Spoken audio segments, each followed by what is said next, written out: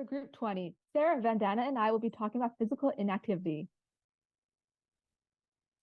The term physical inactivity identifies people who do not meet the recommended level of physical activity determined by health associations, such as the CDC. The established level of physical activity averages to be 150 minutes of moderate activity or exercise. Examples include walking, running, biking, and swimming. In addition to this, they recommend 2 days of muscle strengthening. Statistically, about one half of adults and 3/4 of high school students do not exercise enough to meet the physical activity requirements. Physical inactivity is present in all races and genders, but there is a difference in prevalence. Listed on the left are prevalence rates of physical inactivity between races in the United States according to 2020 data. We can observe that non-Hispanic Asian adults have the lowest prevalence, while Hispanic adults have the highest. The image on the right gives a visual as to how prevalence of physical activity is distributed throughout the country, with green being the lowest prevalence and dark red being the highest. Physical inactivity increases a person's likelihood of developing chronic diseases such as obesity, heart disease, high blood pressure, high cholesterol, type 2 diabetes, and cancers such as colon and breast cancer. Physical inactivity can also decline mental health and lead to depression and anxiety. The public health community has addressed physical inactivity at different levels by promoting fitness. At UCSD, we have Get Up Tritons, where you sign up to receive daily emails containing exercise videos that can be done anywhere. In California, middle school and high school students must exercise for at least 400 minutes every 10 days and has been effective at reducing physical inactivity for teens in California. At the federal level, there's a presidential youth fitness program which provides fitness awareness and resources at schools across the country.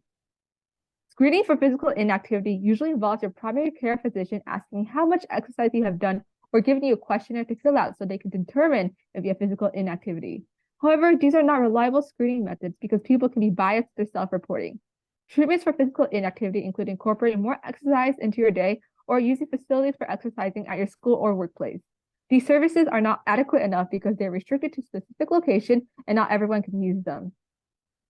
The current place are that doctors tell patients the national guidelines for exercise and physical activity is mandated at schools.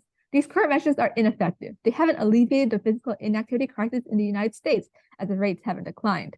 They also don't address how to solve physical inactivity for adults, as current measures are primarily focused on the youth. Some proposed measures would be to teach adults the long-term effects of physical inactivity on their health and make physical activity mandatory in colleges and workplaces to make it easier for adults to engage in exercise while also knowing the risks of not exercising.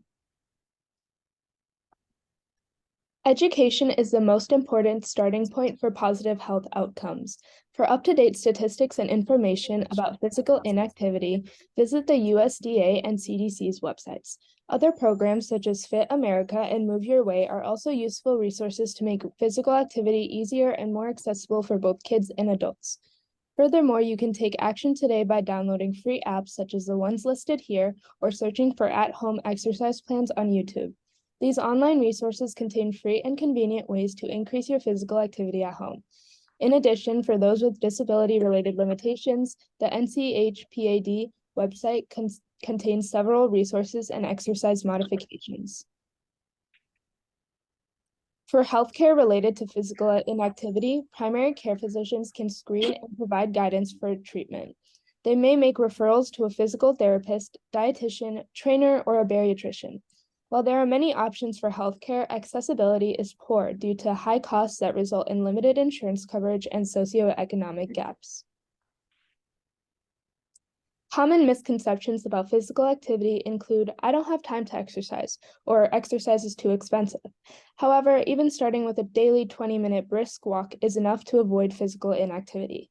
And there are several free exercise options available that don't require any expensive equipment. Lastly, physical activity is much broader than most people think, as the 4 types include endurance, strength, balance, and flexibility. Balancing these 4 groups will lead to the most positive health outcomes.